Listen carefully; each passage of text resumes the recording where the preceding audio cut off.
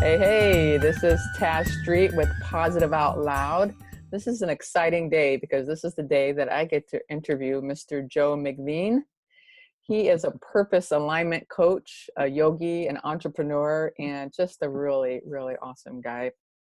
I've seen him a lot on Facebook and different groups.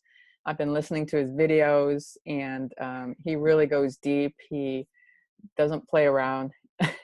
He helps people. I mean, he plays, don't get me wrong, but I mean, he goes to that place where most people don't go, to help you with your life purpose. So, Joe, thank you so much for coming on Positive Out Loud so that I can interview, so we can have a discussion and just talk about whatever we're supposed to talk about today. Yeah, thank you, Taz. Thank you. And that is the truth. For a while I kind of played around the surface level conversations, and just stuck to the weather and water cooler talk and all the nonsense that our society is kind of built on, that surface level junk. And I know you're all about going deep too, but finally got to the point. It was at the beginning, it was almost out of like angry love. Like, I want to go deep and I want to talk about the deep stuff, damn it. And so I just started ranting. I was like, let me just run an experiment and see if Hmm. human beings out there somewhere through this internet thing resonate with this level of, like, let's just voice feelings. Let's just see what's down there. And then Right, right, when I meditate, let me share my experience. Let me see what right. happens. And I know a lot of people shoot for positivity, but the weird thing is I found like a back door to positivity. Lots Hmm. of people are really hurting inside and they sprint towards positivity because they're scared of the darkness. Right. And I find that it's just takes so much energy to keep that up because it's not grounded in a real place. Hmm.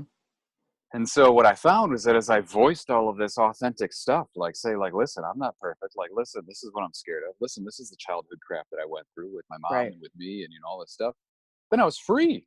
I didn't have anything to run from inside anymore. So then it was just easy just to be naturally loving and positive when it came up. And I found that just vicariously that liberates people through video, and luckily that comes across well. But I think it's magic. Yeah. So what brought you to that first time where you decided, I'm just going to put myself out there online, I'm going to make a video and I'm just going to talk about whatever I'm feeling? What made you do that?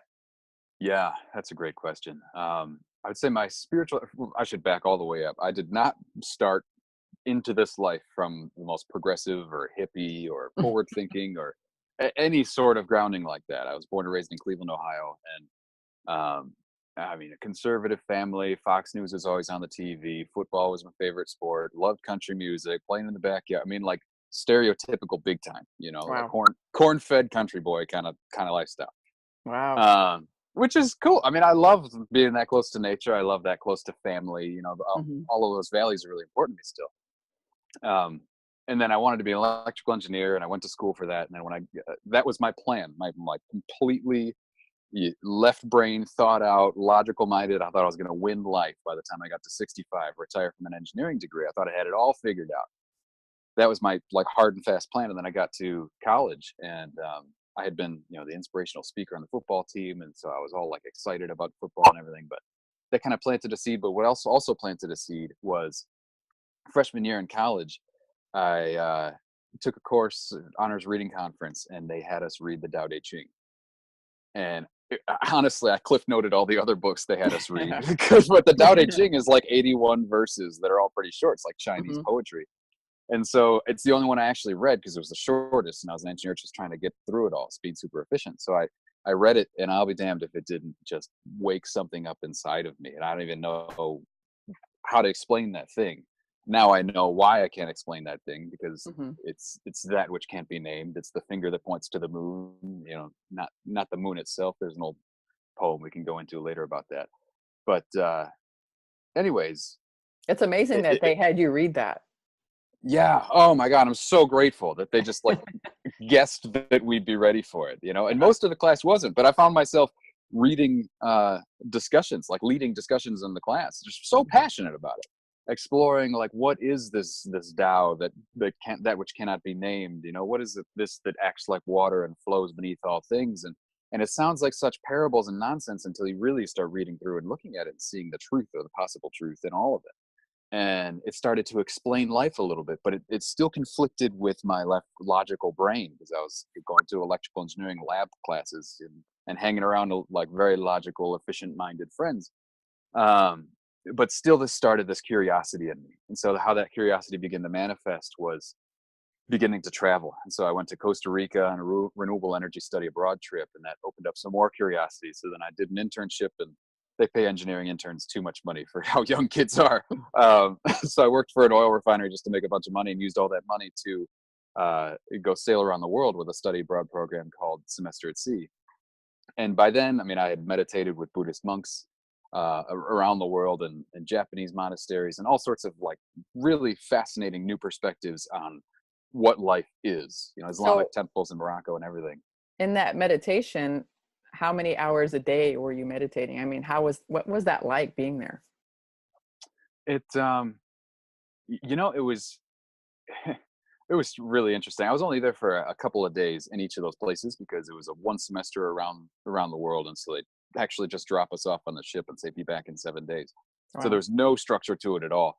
The only reason we ended up at those places is because my buddies and I were hitchhiking and we stumbled into them. So we were only there for a couple of days each time. It wasn't like a completely immersive Buddhist retreat that some people take, which I definitely intend to take soon. But it was an eye opener. The way I think of it is like it was like going to a buffet. We didn't go to dinner and order one thing and eat all of that one thing. We went to a buffet and we tasted a bunch of different cultures around the world. So this really opened my mind. Then when I got back, I was still ravenously curious. And at this point, it's like, I'm just going to follow this curiosity wherever it takes me. And where it took me was after watching the movie The Secret Life of Walter Mitty with my dad, I just bought a one-way flight to Houston and a return flight from San Francisco and hitchhiked the difference, and just curious about seeing the world, because at this point I started to guess that there was a matrix that we were all living in. That what if this perfect life that we were all supposed to be living was all just a big freaking illusion, and that quest to find like the way out or find the red pill, so to speak, was just kind of like all encompassing. And then, I kind of kept taking these side trips and the exploration trips and everything like that until I finally graduated and I turned down all my job offers because I'm like, no, that's not the path for me. So then Hmm. I started into entrepreneurship, and it's kind of a long story. I'm trying to condense it. Started into entrepreneurship, trying to find the way out of the matrix, but I didn't realize that unconsciously I was still running these same impress other people patterns. And Hmm. so the companies that I tried to start weren't like just what my heart wanted to do. It was the first one was like a venture backed company because I had so much internship experience, and so did a buddy of mine. Hmm. What we started was an online internship review platform, and so ultimately what we wanted to do was release human potential in these kids. What really needed to happen was to have kids understand more about who they really were, but what we offered them was a way for them to see other people's reviews of internships and kind of self-navigate to the career of their dreams was the idea. Hmm. um, it didn't ultimately work out. I think the universe had that in mind, that it didn't work out because it wasn't totally in alignment with what I'm here to do, what my buddy Mike is here to do. But I didn't take that lesson immediately. I just jumped right to the next thing that I thought would impress people. I made some money in real estate investing, and still it Now, was not you say me. you say that because that's really interesting because I went that path as well. I became an online marketer, was helping local Mm, businesses and done various things just because it's a business and I want to be an entrepreneur. And I think a lot of people are out there are having that same issue with, gosh, I just want to be an entrepreneur. I want to have my own business. yeah, And there's so many Facebook ads out there just like reeling people in to do this or that. You can make fast yeah, money or you can do this or that. And that's just not where our heart is. And that's what right. and that's why I started Positive Out Loud, right? Because That's awesome. I'm not expecting any money from it. I just want to interview cool people like you to get deeper and to help people grow their conscious and to live a happier life. That's all. Yeah, you're just passionate about the topic and you wanted to share it. I think that Right. is the most beautiful, authentic place to start. Like really getting, because there must have been an experience similar that you got in touch with this place of like who you really are and what you're really fascinated by, what you're really passionate about. And then it's like, I'm so passionate about this, I just want to share it. Like positivity for you, like for me, like understanding who we really are, and Mhm. kind of like this philosophical concept of like, holy crap, I am love. And it's not like I don't have to go to a church to bow down to somebody else's idea and somebody else's rules and somebody else's the story of how we've been doing it forever that caused all these wars and stuff. Like, wait a minute, I can cut all of those middlemen out and be the love. Mhm. Whoa, that's a big idea. I think that's just remarkable that can Right. transform humanity. But anyways, finally, I was working to learn, not working to make money, because I just recently read Rich Dad Poor Dad by Robert Kiyosaki. And so I was an executive recruiter, and I was making like working 70 hours a week, making 200 cold calls a day. I mean, I was just pounding the pavement. Like Wow. you said, like just trying to like do the thing that you knew made money, that, Mhm. like trying to I had some semblance of independence in how I did it, but it was still just like unbelievable level of effort and so much inner friction. And then And finally there how was, did you feel inside when you were doing that? How did that oh feel? my God, it was horrible. It was horrible. It was horrible. But I don't even regret it at all, because it's amazing how everything happens so perfectly, so how it needs to. Because I say all the time that, the universe can't talk to you in English. It can only speak to you in feeling. So when it Mhm. wants you to redirect, it gives you, it like tickles you with a feather until it slams you with a brick, And so it started tickling me with a feather pretty much all through this whole journey, from when I was at whatever, 18 years old, all through this being executive recruiter. And then it got progressively heavier and heavier inside.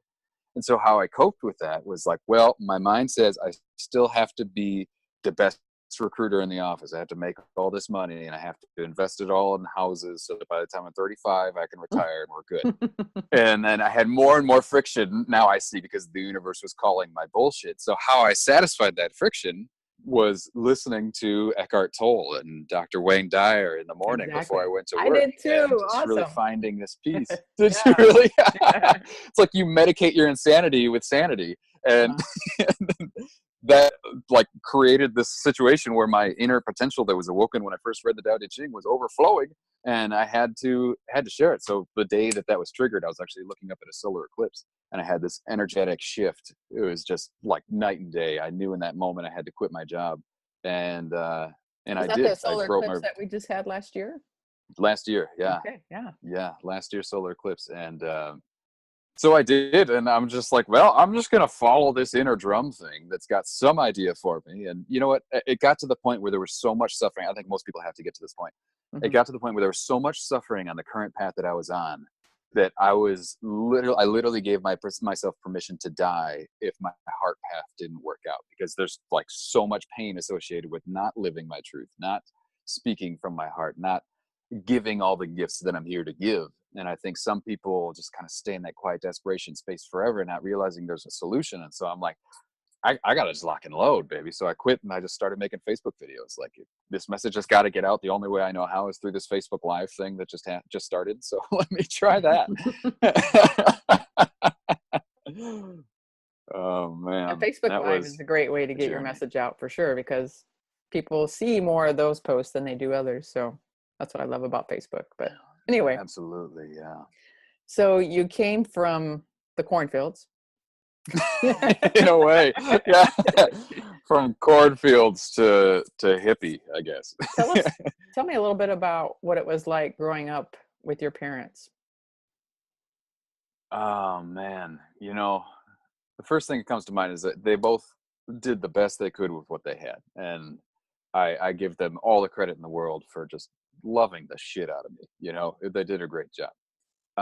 But all of us, I see that kind of hurt rolls downhill, and all of us love to the best of our abilities, love to the degree that we have transcended our own stuff Hmm. that has come from our own childhood and our own past. My mom had had a lot of pain related to losing her brother when she was a teenager. And he was involved in an accident and died early. And her dad, so my grandpa, died a couple years before I was born to alcoholism. And so she took on the role of her dad. I see a lot of people when they experience trauma, they take on the role of the person they just lost in their life, whether Oh, they wow. actually lost him or they envision that they lost him. Hmm. So what she took on was his partying attitude. And so she started drinking a lot, and so by the time I came in to the world, she was smack dab in the middle of this midlife crisis situation where she's trying to figure out who she is, but she's scared of really going there. So she's medicating with alcohol, and all of this stuff from her past is rolling downhill. So it was a situation where, as a mother, my interpretation is that she wasn't able to be totally present for me because she wasn't totally present for herself, Mm-hmm. because she was always running here and there, and driving a Cadillac that our family could barely afford, and just putting on this facade on the outside world that she had it all put together. She was perfect, and her and my dad ran a company together, and it was very clear that she wasn't able to be fully present for me. So I developed this perspective of a mother figure, of a woman figure in my life, as this goddess, because my mom was beautiful and she was stunning. She kept good care of her body, and made sure she dressed well and everything like that. So this goddess that was almost there for me, and so unconsciously, when I was 14 years old, she fell down the stairs in one of her drinking binges. And when she fell down the stairs, I came off the bus freshman year of high school to find like a trail of blood, and I followed the trail of blood, and I saw her Mm-hmm. laying there, and I tried to call 911 in that moment. And Mm-hmm. I had dialed like 9, and I knew the rest was going to auto dial if I pressed it, so I didn't. But she had this, now I know where I get it from, this kind of like stubborn inner directedness, where she's like, no, Joey, don't call 911, don't, um like, I'm okay. I'm watching her like spouting blood from her head because she had clocked her head on the Oh, wow. base of the steps. um but I was that weird middle ground, like 14. Like, am I an adult? Am I a kid? I'm still really a kid. So I listened to her. And what I did, which I blocked out for years, what I did was just ignore that anything happened at all. I got on my bike and I sprinted off to go play football with my buddies. Mm-hmm. And from that moment, I created this pattern where I dealt with any semblance of inner trauma or something that scared me with going off and doing something I know, like, definitely gets me approval, which is football, the way I grew up. But that pattern of relating with women stayed the same. So I always only dated women who I thought I wasn't good enough for, because I looked to attract the same energetic situation that I had with my mother, um, which was totally unconscious. And if I had been conscious of it, I definitely would have avoided it, because each time it led to a soul crushing breakup. But um, that's how you evolve. That's how you really Mm-hmm. grow.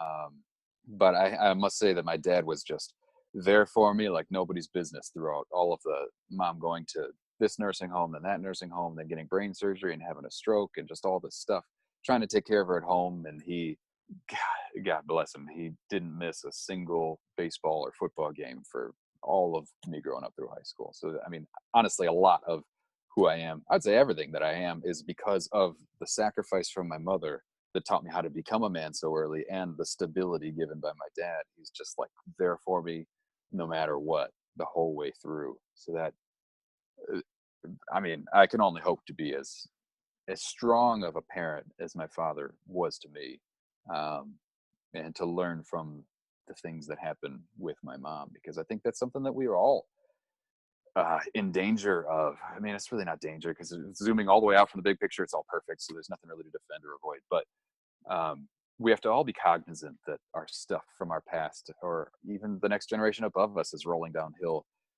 onto us and through us to our kids. And if there's any anger or lack of forgiveness or lack of anything that you're still clinging to, it's going straight to the next generation. You know. Yeah, I find myself with my little, I have a 4-year-old, and I find myself lately, it's really popping up for me, is just trying to control so she doesn't get hurt, or, be careful, don't do that, or just a little too controlling that way. And it's good Yeah. that I'm aware of it, because now I can really look at it and stop myself from going there. But what are some tools that you suggest for people to do if they find themselves like, gosh, I wish I could stop doing this certain thing? Yeah. Oh man, alone time. all the like there's tons of strategies that you can think Mhm. of, like life coaching strategies and life strategy tips and stuff like that. Like um I can't think of one off the top of my head, but assign a new meaning in the moment or whatever. And that stuff is useful. I don't mean to poo-poo Mhm. it, but ultimately the most transformational thing you can do is just go off. And I know a lot of new mothers especially don't have a ton of time. My sister has two kids. My nephews are 2 and 5, so I get it if it's hard to do this, but there is no medicine like just giving yourself time and space, especially in nature, breathing and just being, and zooming all the way back out and realizing that none of it, nothing that's not love matters. You know, love is really all the thing that matters. And that when we cling to things, that when we try to make things how we think they're supposed to be, it's all in some way coming back to trying to protect us by protecting how we think it should be, which is all just rooted in an evolutionary survival mechanism based upon, you know, the stuff we get in through our external facing sense perceptions, which were all evolved to fight off tigers and make sure that we don't starve to death, you know, and none of Mhm. that is love, because survival is all rooted in fear. It's a great tool, but it's rooted in fear. And it's, if your goal is to move into love and to be loving the whole time, then, you know, if you can't go outside and take a deep breath in nature, then stopping and checking in with yourself actually, what really works for me is what I call like a 5 and 3 method. So I stop and take 5 deep breaths, conscious breaths. I have my hand on my heart if I can, or if I'm in the middle of public, then sometimes I don't do the hand on the heart just because it's obvious that I'm doing something woo woo. But just really checking in with yourself with 5 deep conscious breaths. And then, so that's the 5 part. And the 3 is actually doing a very quick body scan, which is checking that, and I got this from Elliot Hulse, one of my early mentors, um, checking that my shoulders are relaxed, and then checking that I'm breathing into my belly so that like I feel my breath go all the way down to the bottom of my belly, and then checking that I can feel my feet. And so by the time you've taken 5 deep breaths, and then you've put your mental attention on your shoulders and your deep breath and your feet, it's like you're right back in the here and now. And when you're right back in the here and now, none of the stuff of, oh, I think this should happen this way, I think it should happen that way, or I hate it when he leaves his toys out, or I hate, you know, whatever it is. Mhm. None of that stuff can matter, you know. And I'm not a father, but I'm an uncle. When I babysit, I have to practice these same things. And yeah, it's powerful. But you know, it's even helpful in things like conversations, you know, like especially heated conversations where you're you have this lion in you that wants to be right, you know, like where it's, you disagree with somebody, like God forbid it's about religion or politics or something that people typically disagree about. A good way is to a good way is to check back into your body, because your Mhm. body is so genius, it'll never lead you astray, Right. you know. Yeah, I already do a lot of things already. I do like the Wim Hof method and breathing Mm. and meditating and that sort of thing. I've kind of, since I've been on vacation, it's kind of all just kind of went to the side. So, and I notice, yeah, it's weird. It's like I got to get back into that routine, and that always makes me feel so much better. So, gosh, is what type of routine do you have to help yourself feel grounded? Yeah, man. Eh, It as giving myself like mind, body, spirit CPR every day, um, which it evolved to bits and pieces here and there. But when I wake up first thing in the morning, I look at my highest vision for my life. I actually found that how I start my day definitely determines the entire quality of the rest of my day, almost always. And you can turn it around too. It's not lost if you don't lose the first hour, but it's unbelievable what more becomes possible from the first hour being done right. But anyways, I have a system that I keep track of all of my goals and my highest vision for my life in the app called Microsoft OneNote. And in there, I have written out in detail with pictures my highest vision for my life. So that first thing when I wake up, it's the job of programming my mind to work for me instead of against me. And so if it's going to be frantically thinking about something all day long, I want it to be thinking in my favor towards what I'm working towards, not against me, wondering about fear, thinking about negative news, thinking about negative people, anxiety, and all sorts of stuff like this. And I think a lot of people don't realize is what the all ancient sages were teaching. All the enlightened masters, from Adi Yogi to Buddha to Jesus to Gandhi, you know, you have to understand how to use your mind, have separation from your mind in such a way that you use it and it doesn't use you. And only then can love come through. And a lot of people miss that. But anyways, how I do that every morning is definitely reprogramming myself first with that highest vision for my life. And then from there, making sure I exercise while I listen to something. Sometimes it's recordings of myself, sometimes it's YouTube videos. Um, Listening to something that's positive, of a higher vibration, of let's be part of the solution, not part of the problem kind of mentality. And by the time that's all done, then I find that when my body and my mind are working correctly, then I can get somewhere in a meditation. So I always meditate after all of that. So that whole process takes about an hour and 15 minutes, depending. Hmm. um, but really, with the mind, listening to reading out my highest vision for my life, and then listening to the empowering YouTube video or audiobook that I listen to. That's what gets my mind right. Obviously, exercising gets my body right, and then only then am I able to tap into what is my spirit, what is the work that my spirit wants to do through the creativity that I typically post that day. Um, but it's work getting yourself to the state of creation, the state of confidence in your creation, because that's the next step. It's like, oh wow, that's a really cool idea. But then if your body isn't strong, if you don't feel good about yourself and have confidence to get behind the camera and say what you think, and then be ready for the energetic negativity that might come your way by certain people who totally disagree with things. Because what I say, as you noted earlier, is straight down there. So sometimes I trigger people, and sometimes people who are very religious will disagree with me, and I'm respectful for that to not wreck me, you know. But what were some of the things that worked for you before you went to Mexico? Before you got thrown off? Definitely the meditation, and I do the Wim Hof breathing, where I do deep breathing and then take a cold shower. So those three things. You're doing the cold showers? Yeah, yeah. It's been a while because I was in Mexico. Nice. There was no cold showers in Mexico. So, Yeah. Yeah. but Wow. that Interesting. makes your body just feel so alive. It like on a hormonal level, it brings up the dopamine and serotonin levels and testosterone and all those things that make you feel good. Um, Wow. and I notice what if I do the breathing before the meditation, it can get me more into that zone where I can meditate better. Because if I just sit down and try to meditate, I have all this stuff going in my mind. It's going 1,000 miles an hour. It's just Yeah. hard to sit there.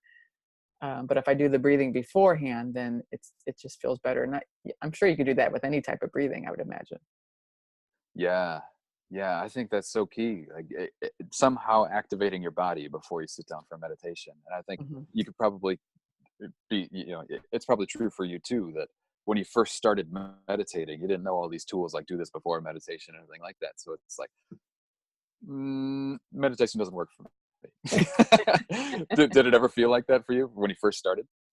Oh yeah, I would stop because it would be just so hard and like emotionally draining. It's like, I'm sitting here. I Ah, feel like I'm not really doing anything to elevate my consciousness because I just felt like all these fears and anxieties would come up and my mind wouldn't stop. So I felt like I wasn't really doing anything for myself. yeah. And it's frustrating because then you see jackknobs like myself gallivanting around saying, yeah, you just got to meditate. And I just Hmm. realized that I got to do a better job of walking people through the early Hmm. parts of the meditation journey. But yeah, Right. then you almost feel worse about yourself. Like, I can't even be peaceful. I can't do anything right. But it's not your fault. It's just the wiring of the body and the mind thing going on. And part of it is that, we're here to feel a ton of suffering because Yeah. it's the best tool that we have to learn. It's not really going to avoid that. And with the meditation, what I've come to learn, it's okay if all that stuff happens at first, because eventually it's gonna settle down. It's like when you shake up a bottle Right. and poof, all this stuff comes up and it shoots out, and then after a while it just all kind of settles down and it's easy and peaceful. So that's how I look at it. Yeah. Sometimes it takes a little bit longer than other times, but eventually you'll get to Yeah. that point. How would you explain what that feels like when it does settle down? Then what? gosh, it's hard to explain. um, you just feel really light and easy. And sometimes these creative ideas pop up out of nowhere, Mm, or like these beautiful paintings, or maybe some cool. music, or just, things just show up that's just magical. Nice. Nice. How do you capture those, like you guys are closed and you're sitting there meditating? Can you repeat the question one more time? Because I think I lost you there for a minute. Yeah. How do you capture those ideas when you have those beautiful paintings come to your mind, but you're Hmm. sitting and you're meditating? What do you do to keep those? I just kind of, feel them in the moment, but I don't think about them later on. But if an idea pops up, I'm going to write it down, because sometimes I'll have a piece of paper and pen handy. So that, While you meditate, they're yeah, handy. sometimes so I can go back and look at Nice. that and remind myself. Yeah.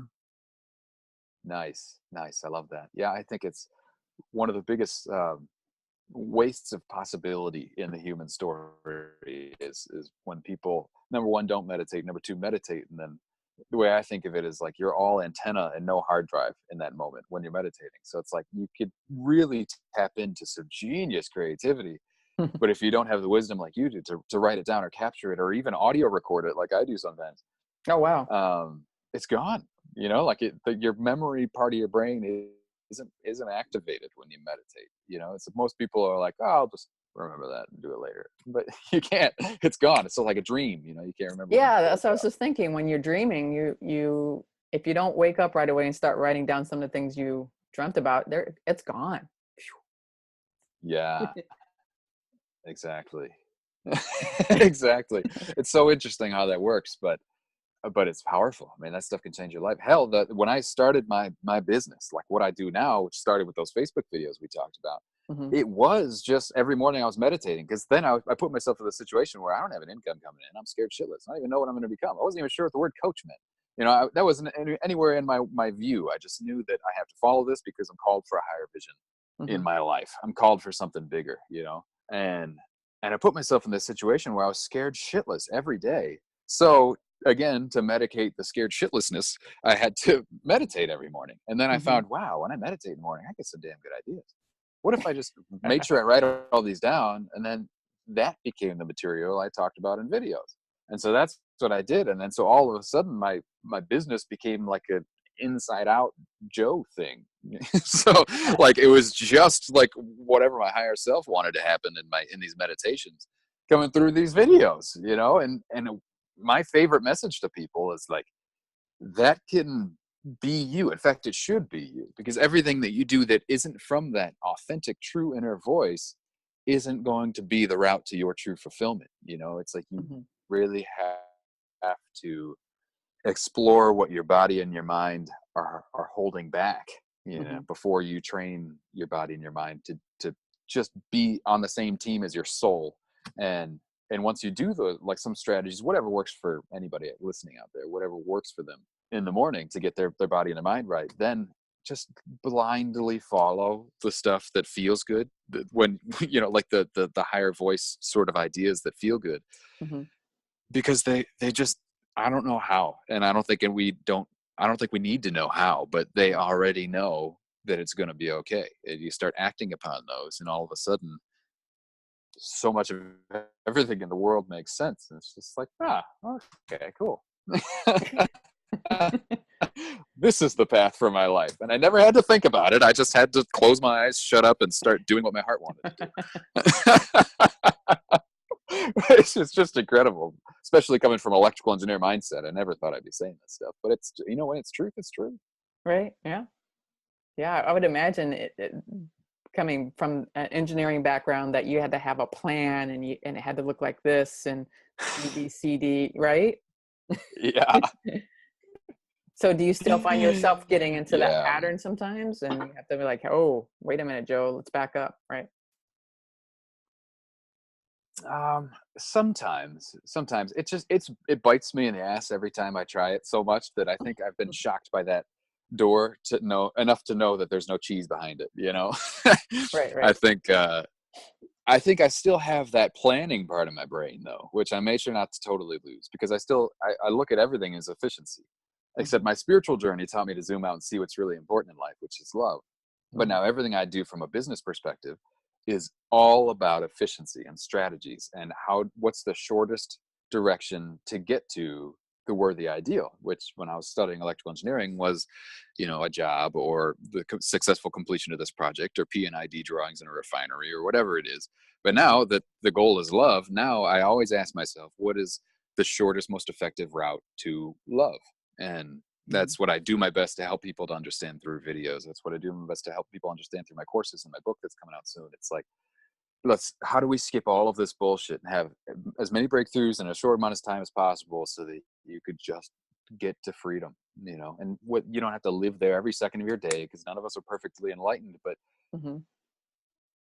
you can, know that you can, that you have a super highway built into your nervous system to go back to love whenever you need to. And Right. once you get there, that confidence in your own love, man, you can do anything. It's like you have confidence to do anything in the world, because you know that even if going on vacation in Mexico and coming back and losing touch with your like morning habits or whatever, like you felt that love though, so it's there, so it's Hmm. not gone forever because it's who you are, and you'll always get back to Hmm. it. But anyways, yeah, I'm meticulously organized within my Microsoft OneNote document to keep my whole life strategized. That's Uh, great. but yeah, but I only move forward with it. Like I only add to it when it's that higher self voice. So Okay. I guess it's this weird left brain, right brain mixture thing of, um, like staying hyper organized with only high vibration thoughts. Which I think is it's the best way I found Well, we have getting a new ideas all the left and right brain for a time. reason, right? We have to use them both, right? Absolutely. Yeah. Yeah. In fact, I'd venture to say that's what the yin yang was really talking about. Like just use both sides. Where am I neck and I can't So, find it right now. oh, okay, cool. So you said you're writing, are you finished writing your book or? Almost. I actually just recently got back from Europe. I was filming my course in Europe. So I started to notice as I took clients through the process of awakening their purpose and stepping into their heart, I started to notice that I was going through a very similar set of strategies. And I didn't plan any of this stuff out. It's like when two people are co-creating and I'm in a heart space wanting to help this person, total presence, just listening to my higher self and saying what comes out. I noticed that what people needed to hear and the breakthroughs they needed to have had a certain set of certain pattern to it, and it ultimately came out to be like the system of breakthroughs, at least from my perspective that I see. So anybody that naturally resonates with what I say happens to be their system of breakthroughs that is helpful to them. Is it the best? I don't know. Is it the only way? Definitely not. But it's definitely a helpful system, and I call it the four breakthroughs to awaken purpose. And so I wrote it all down again meticulously in a OneNote, just an outline of all of it. And it turned into 48 different lessons, 48 different breakthroughs that need to happen under the umbrella of four different essential breakthroughs. And so that's owning your story, empowering your truth, emerging into authenticity, and realizing your value. And it would take an entire different video for me to explain what all that means. But uh, So for those people out there that from I'm sorry, for those people out there sure, yeah, go ahead. that want to write a book, um, what are some tips that you can give them just to get started? Yeah, that's exactly what I was about to go into. So I came across this amazing strategy because I I don't want to just sit and type out an entire book. In fact, fun fact, when I started this journey, I did that and I wrote. Ended up being a 72-page book, but I locked myself in a Panera for 10 days, and I just typed it out, typed it out, typed it out, and it just took so much brain power that it was gonna kill me. So I got it out and it's done, but it wasn't my best work, and it wasn't something that was time effective at all. And so what I did this time around is I made that outline of like, this is the story, this is the main point, and and this is kind of like the takeaway or the exercise that would help somebody have this experience on the other end. I wrote all that out in the 48 different chunks, and then I looked at my surroundings, I'm like, okay, I'm going to film this course and then transcribe it. And you can find somebody on Fiverr or any of these freelancer sites that'll transcribe it for you. Um, and so I looked around me and I was like, okay, well, where do I feel most aligned? What does my heart want? You know, I'm basically back to just, I'm going to do this from intuition only. So what does my heart want? And I had a choice. I could either go to a park here in Cleveland, you know, and film it in the park, or since I work remotely and I coach clients through Wi-Fi, Mm-hmm. um, I just looked online and I was like, I'm just curious, you know, and I found a cheap flight to Paris. And so I took it, and then I just filmed the course wherever it felt right. So from Paris, I flew to Prague. And so the course was filmed between the countryside, the French countryside, and like just outside of Prague in the Czech Republic forest. And what I did was I just spoke into the camera the essential breakthroughs, the lessons, as I would teach them to a client. Mm-hmm. And as I had been teaching them to clients. But then when I finished that whole course, I uploaded it to the course platform and then sent the login username and password to a lady through Fiverr. And she specializes in transcription services and editing services. So any times that I might have gotten excited and said or whatever, she moves all that out. And so actually that was like a month and a half ago that I sent all that to her, that completed 48 videos. And in a couple of days now, she should have the transcription back to me, which is just going to be chunks of raw text. But now I could just copy them, paste them into the manuscript that I have, and then spend maybe 8 hours going through and tweaking it, making sure that this paragraph's in the right spot. And then all of a sudden, it is my authentic voice because I was literally speaking it, and they're my words. But then I just send that and the cover design that I got from Design Crowd, which is a great design platform. Send both of those to Amazon and have a get a book. Wow. So that's genius. I mean, you're just creating videos and then you But I send do it to best. somebody that can transcribe it because that's your authentic voice, and then you can edit it, or you can even have somebody else edit it, right? Awesome. Right. Yeah. Yeah. And the whole thing cost, well, not counting the trip to Europe, what was it, like $230 for the transcription and like 100 something for an awesome design. Wow. And so for like $400, and you know, if you're in a situation where your time is valuable to do other things Mm-hmm. because you enjoy doing other things, and maybe from a business perspective too, I recommend anybody just produce content the way it comes out of you most effectively, most flawlessly, where you don't have writer's block because you're just walking through nature. And it doesn't have Mm-hmm. to be a video. You can also audio record it, and then you've got like like an audio book or an audio course, as long as the surroundings don't have too much ambient noise. Mm-hmm. But yeah, I totally recommend anybody who talks better than they write to just puke it out with your mouth, have somebody else deal with the mess because it's their job to do that. Yeah, and then to go to to travel and to go to other countries and immerse yourself in that feeling of joy because you love to Mhm. travel. I mean, it's gonna be. I want to get that book. That's gonna be. Yeah, it is gonna be. I want to get the book. I want to see what the heck came out of me. But it's the title is Inner Courage: How to Step Through Fear, Empower Your Truth, and Realize Your Value. Mhm. And really the essential, like the spot that it hits, that I see like in this human story, this human society situation, the business landscape, the marketplace, whatever you want to call it, like the reason it's here is to fill a void that I felt, is I wanted to be an entrepreneur, but like you said, you just like dabble with things that aren't you. I never realized the importance of it being me. I never realized the importance of my story, the power in my authenticity, like the fact that everybody's craving that. And then everybody's spending all this money on Facebook ads trying to have all the answers. But like the real powerful thing that like got me 7,000 followers on Facebook between two profiles was just being raw and getting Mhm. to the place where my hand trembles before I press enter. And then that, like that's the real stuff. And that's what people crave because their bullshit meters are through the roof. And so what it really helps people to do is to go through a practical spirituality journey to understand, who am I really, stepping aside from all of this nonsense, everything I was told to be, all, my name, my story, the trauma that I was told I was a victim because I went through, and all of this nonsensical stuff that isn't true. It's not love and it's not real. How do you navigate all of that stuff? Not just to get out the other side, but then use that whole story, that whole experience, and everything you've ever been through, and all the lessons you learned from all that stuff, and all of the strength that you gained from all that stuff.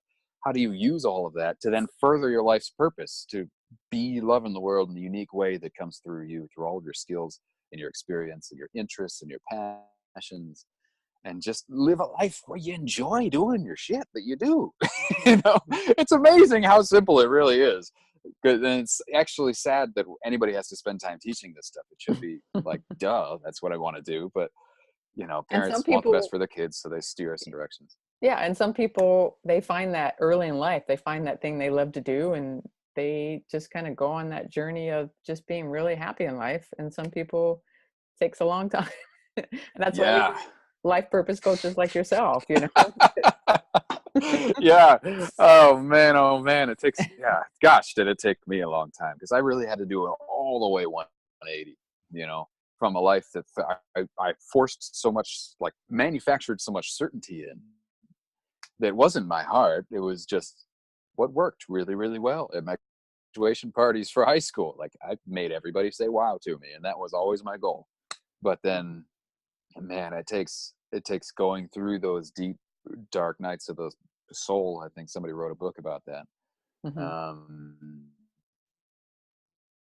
to recognize, oh shit, all of the cards come falling down in that house of cards. And in the moments of intense pain and intense suffering, like Eckhart Tolle talks about in The Power of Now, he almost hmm killed himself right before he became a spiritual teacher, because there is that fine line. But it's in that darkness, if you just go into it and you just have the courage to go into it, which is why my book is called Inner Courage, then you know that it's for a reason. Then you can explore the ultimate gift that I think the human situation can offer, which is that there is a purpose to pain, because pain is a teacher bringing us to love, no matter what kind of pain. I don't care. There is no exception to that rule. And it's just a miracle when you're able to actually breathe and come back to that knowing where it's okay. It's going to be okay.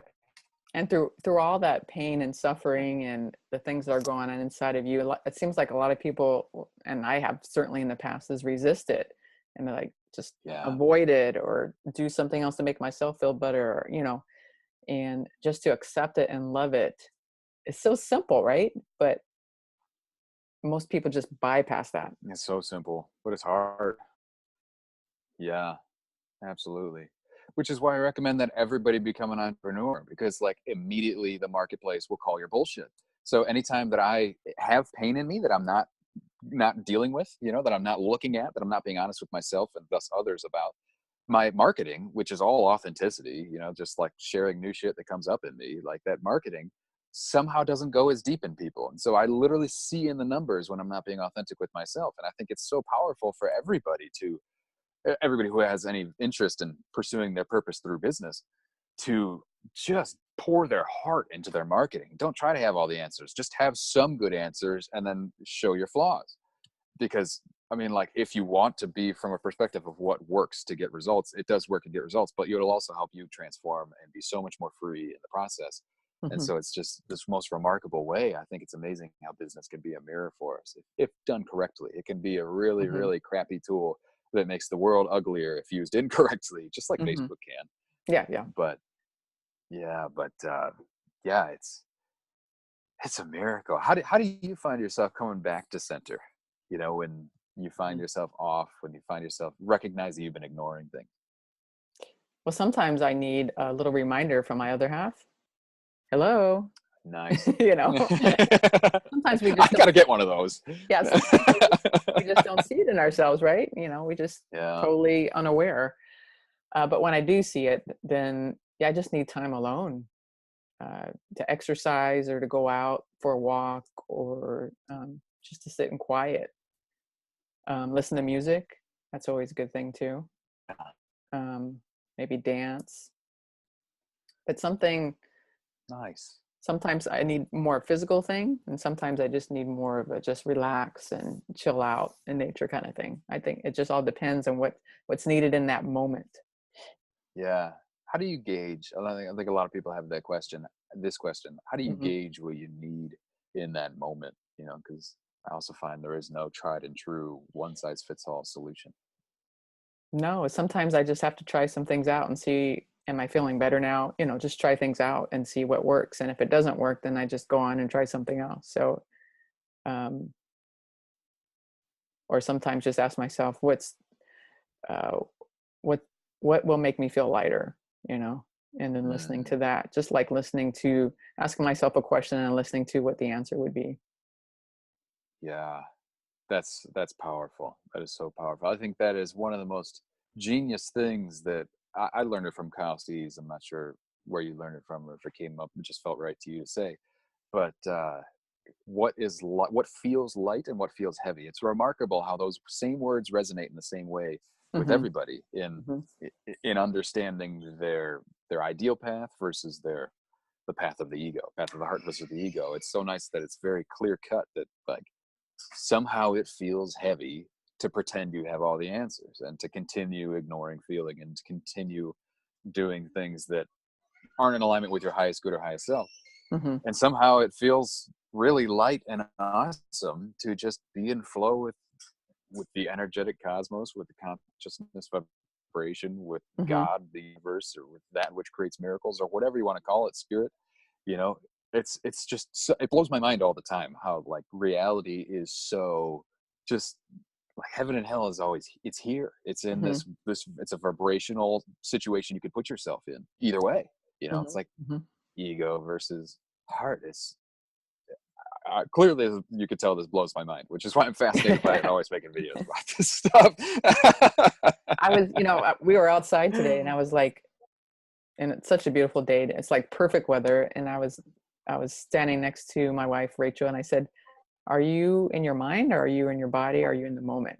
You know? And she's like, well, I was kind of in the Wow. moment. I was kind of in my mind, just kind of like fluttering between the two. So, because that's something I'm really paying attention to now. It's like being in each moment and appreciating all because none of it is better than others, right? And if you can really Yeah. be in the moment, then just feeling where you are, being in your body and experiencing it all and accepting it all. Gosh, I feel so much better. Isn't that amazing? Wow. You just saying that brought me even more into the moment right now Oh, listening. good, good. And hopefully the same impact for everybody listening too. That'd be amazing. Hmm. Wow. Wow. Where was she? Was she in her She was, mind because she was analyzing where you were? she was more in her mind.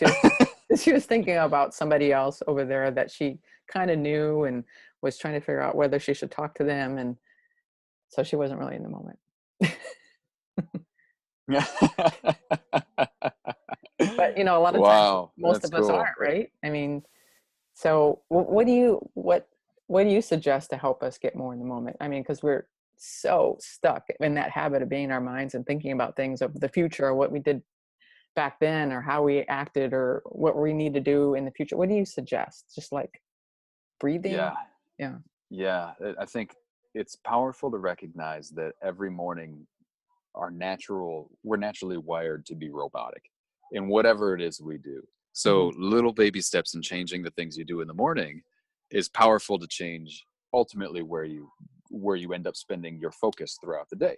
And Hmm. so by that I mean if you can train yourself to be habitually present in the morning, then you're still robotic, you're just being robotically present. And in doing so, you can you can throughout the day stuff's going to come your way. You know, if you don't have all day to spend in a park that day, then stuff's going to come your way and stuff's going to distract you and stuff's going to be, whatever stuff wants to be, and that's okay because that's how life is.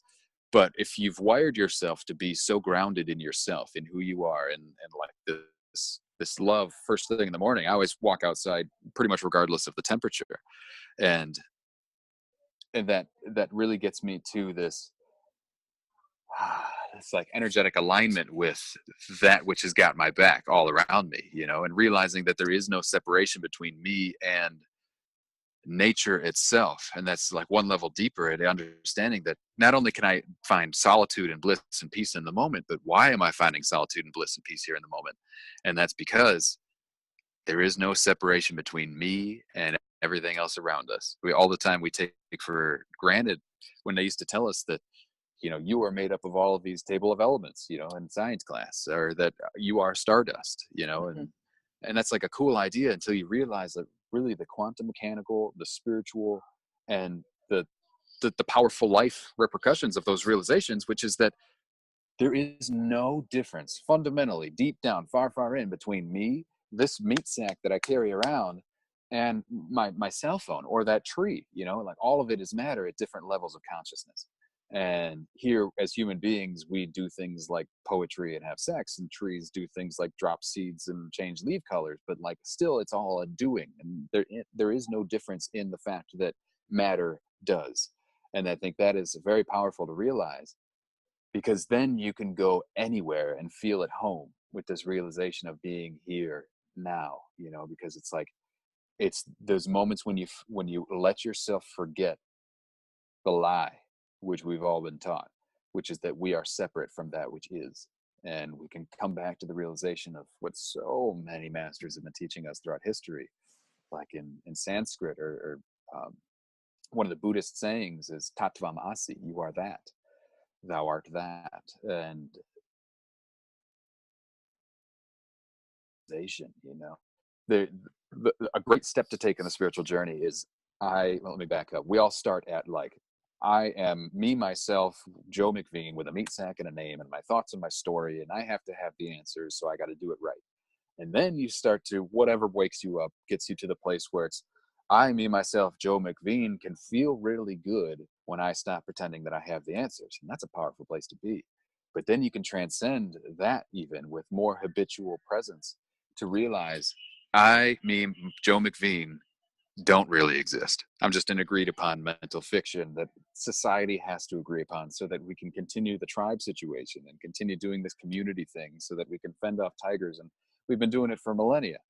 But in truth, when I'm far away from everybody, and in I think ancient Hindu culture, they would call it a bodhisattva, when somebody would just disappear for 13 years into the jungle and come back like so out of touch with society that they were so in touch with themselves and truth and who they really are. But if you can pepper that into your life of going into nature and just surrendering, and letting go and letting, some people say letting go and letting God. And I mean, I'm totally not a religious way. I just mean that which is, whatever that is, you could do that. And all of a sudden you know that everything around you's got you back, that there is no separation. The separation was only imagined. And from there, that's where your real power comes from, because it's not really your power, my power. I mean, everything that I do, I recognize on the days when I'm in alignment, not the days that my ego gets in the way. Mhm. Uh, I recognize that I am just a musical instrument letting the stuff come through me, and that my only job is to have courage. Again, why I call my book Courage to just hold open the portal to truth, to the real stuff, and let out that real stuff, and just whatever it is, say it. And if it doesn't align with who I thought I was, or who my social circle thought I was, or what people are ready for, or what I think gets likes or popularity or sells courses, whatever, if I just say that thing, and if I just have the courage to say that thing, it kills a little bit more of my story, kills a little bit more of my ego. And in that way, an authentic business can really be your best spiritual teacher, your tool to keep you in alignment. And then you start getting clients, and your clients expect you to be in alignment. So now it's my job to be centered in the universe. So now it's my job to be flowing.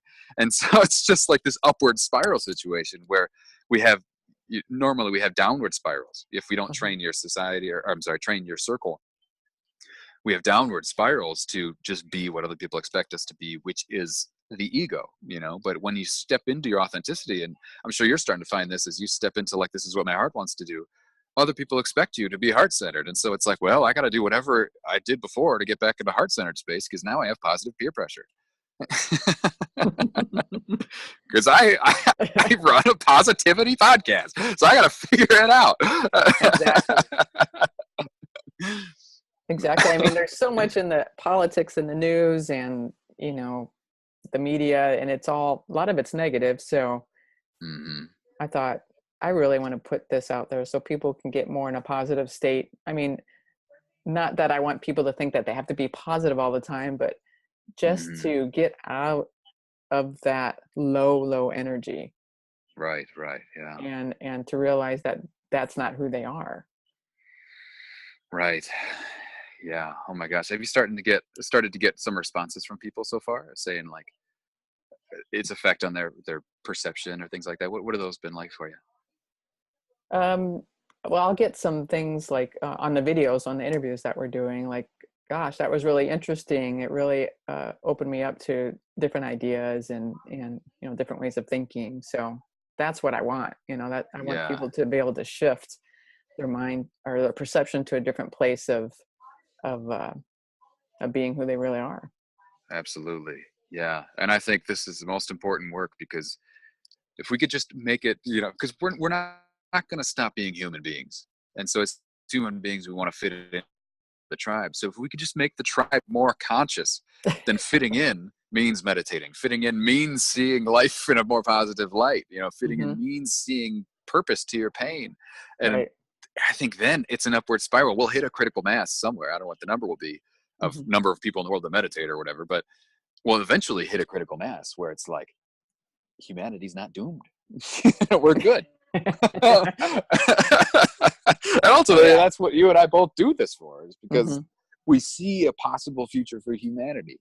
And for I don't know about you, but for me, it's like I heard all of the sacred texts talk about the kingdom of heaven coming to earth, or a new earth, or global enlightenment. It's said Hmm. different ways all throughout all these different texts, but this is how it happens. This is possibility, and it's a possibility for every single one of us. And I think it's absolute magic to be part of the movement now that we can flip on a phone and connect to anybody anywhere Hmm. from anywhere.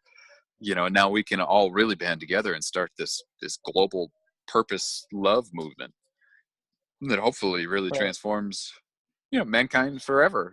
That's kind of a nice ideal. But you're right. We need that tribe. We need that support to get us to lift us up sometimes, because if all we know is that dark energy or that heavy energy, that's all we've been taught. We need Yeah. something new. We need something new from the outside to come in.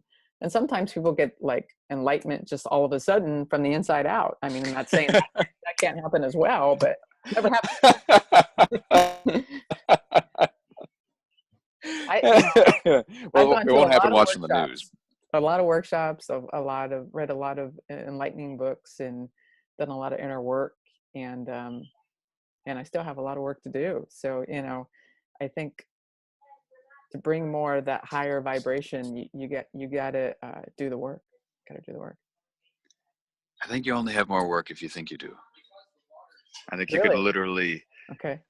yeah, because the thinking that you have more work to do is rooted in this belief that you're not good enough. And if you're not good enough, it's just rooted in for the forgetting.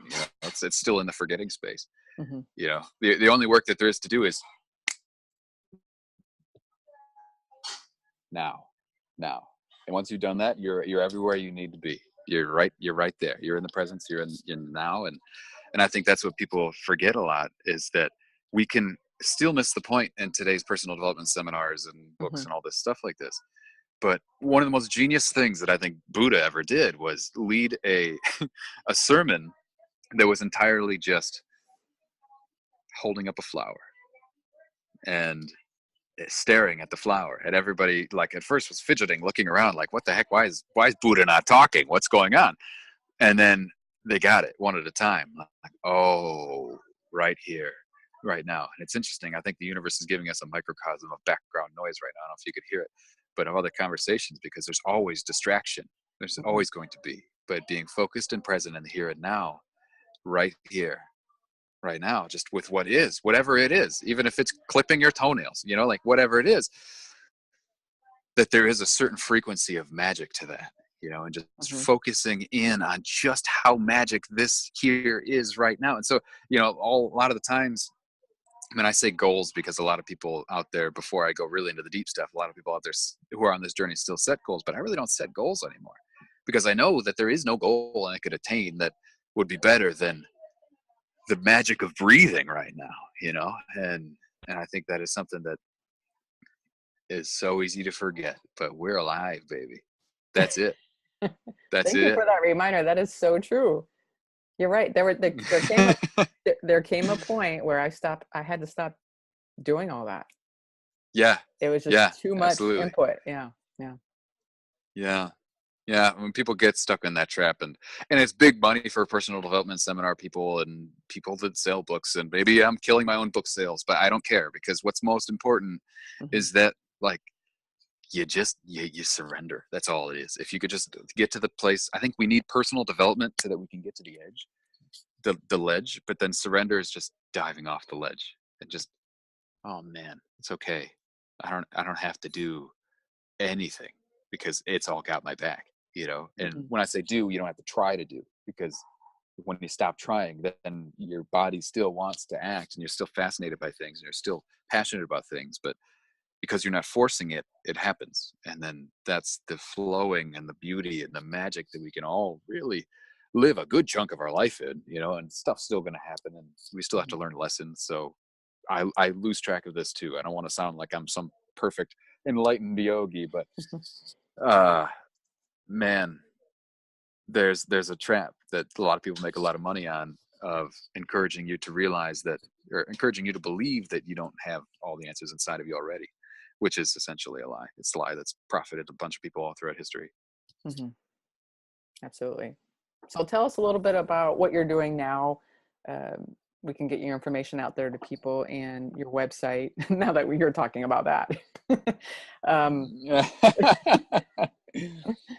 but in a way, I do Yeah, think that's important, because if people haven't even been um, subject to any of these books or courses or awareness, consciousness, or anything like that, kind of clueless. So, and I think the work that yeah, you're doing is so important, helping people become more aware of what's really going on inside themselves and the purpose that they're here for. So, yeah. Thank you. Yeah, in fact, a recent breakthrough that I had was realizing that as I evolve, my offering has to evolve to people. And so I got hyper realistic about the situation that we're in America today. And if our goal is global enlightenment, the kingdom of heaven, all of this beautiful stuff coming to the experience of humanity, we have to be realistic that we are in a capitalistic society. And mhm, so in a capitalistic society, until we have some universal income, or if you start off already having money taken care of, mhm, you know, the best way for love to spread is if love spreads alongside prosperity. And so my recent passion has been, how do you wire in authenticity and a message that helps people heal and transform to the marketing of whatever business you do? So marketing is this really interesting place where, like I said, if you market from an authentic place and done correctly, it heals people and it gets people aware of your products, whatever it is. As long as you're in alignment with your own products, it works. And so if you're not, then you shouldn't be in that business anyways. mhm, but but if you market from an authentic place, using humor or using just like raw language of how it felt and how it was, and being real about your story, I think people are scared to go there. So when you go there, it's fascinating, you know, and people share it because it's like different, you know, and it's magic and it's healing. It's great. So my mhm, recent passion has been using all of the skills. Man, this is my third business that I've started, so I know a ton about business, especially online business, how to bring your message online and how to leverage social media to attract your ideal client, and all this like left brain sounding stuff. mhm, How do we use those structures as the glass that holds the water that is our love, so that we can deliver our love to other people and sustain ourselves? And someday, when if we're all socialistic, or you know, whatever situation where we don't need to do it this way, then we can do it a different way. But for now, I think it's really powerful, and it started to see great results for like my clients and people who are looking to become a heart-centered entrepreneur. It's powerful to be able to actually get paid to change the world. And it's been a really magical concept that I think is going to have a lot of traction. You're saying I'm just super passionate about it. But so now my courses, I personally don't teach too many people through one-on-one coaching on how to uncover their purpose. That's like kind of like what my courses are for, and people mhm, get it vicariously through my marketing videos of just me sharing my truth. It's kind of like truth does that. Truth aligns people for people. That's just my marketing. That's just how I share myself. It's just like if I don't, I feel constipated. So I have to make those videos. And so when I do that, I lead people into the stuff that I make. And I don't, it's just magical. It's this authenticity approach, this inspirational marketing approach that, um, truth I haven't teach anyway. I really teaching. not only is it powerful to transform humanity, it's powerful for people who need to transform their financial situation, you know. Hmm. And one of my favorite ideas is to love yourself out of the corner, love your way out of the corner. Because a lot of the people who are really in a tough financial spot, they go down to the very bottom rung of Maslow's hierarchy of needs, and it's all survival. And this is where you get a lot of really sleazy salesmen who just need to make quota, and they're treating people like just items, you know, just whisking them through whatever. And but if you really train yourself through an adequate pursuit of morning routine that gets you to love, and then a recentering to love all the time, then you can realize that you can love your way out of that corner and actually get paid for your love. Like love the things you love so much that you get really good at them, and then teach other people them, and then get paid for it. You know, that ultimately what people want is the real value of who we are. And it's a beautiful upward spiral in terms of business too. But anyways, that's what I'm super passionate about. If anybody is interested in what I do, or learning more about me, or following any of my social media accounts, you can find all the links at joemcveen.com, which you probably have my name. You can see And it I'll put that down now, in the but down anywho, in the video. All the links, everything will be down there if anybody's cool, wants to connect with Joe, cool. which I highly suggest, especially if you're an entrepreneur and you're having a hard time with your marketing. Maybe you're not really connecting with who you really are to put yourself out there, and people can pick up on that right away. And Joe sounds Yeah, like he really knows how to get you into that space. absolutely, absolutely. Yeah. So yeah, we could transform humanity together.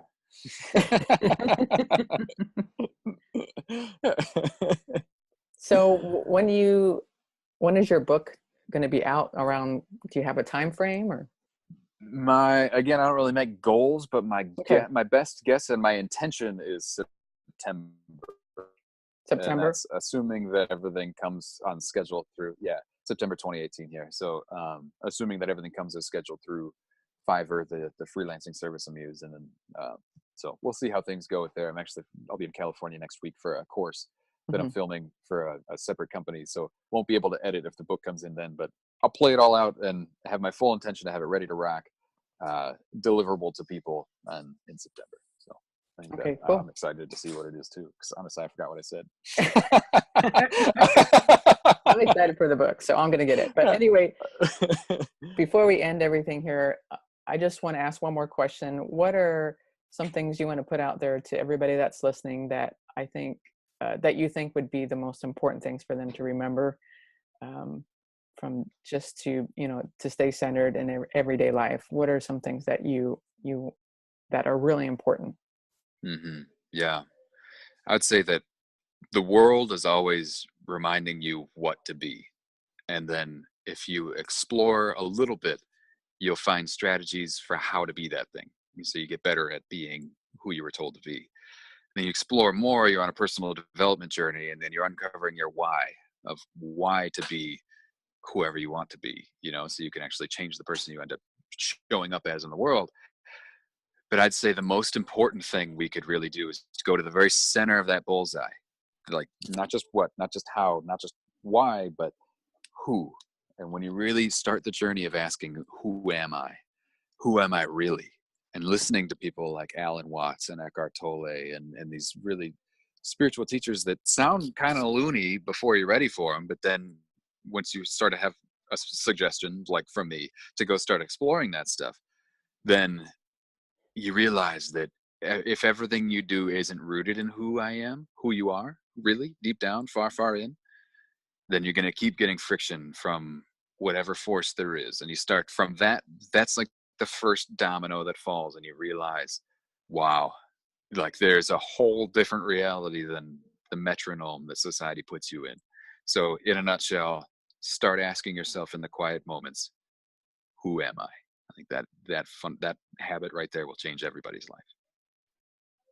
That's awesome. Thank you so much, Joe, again, for being here, for being who you are, being authentic, and just being there for others and helping them get through that process. It's so needed and it's so special. And I'm so grateful that I'm able to connect with you. Me too, Taz. Thank you. Seriously, thank you so much. You're a wonderful soul.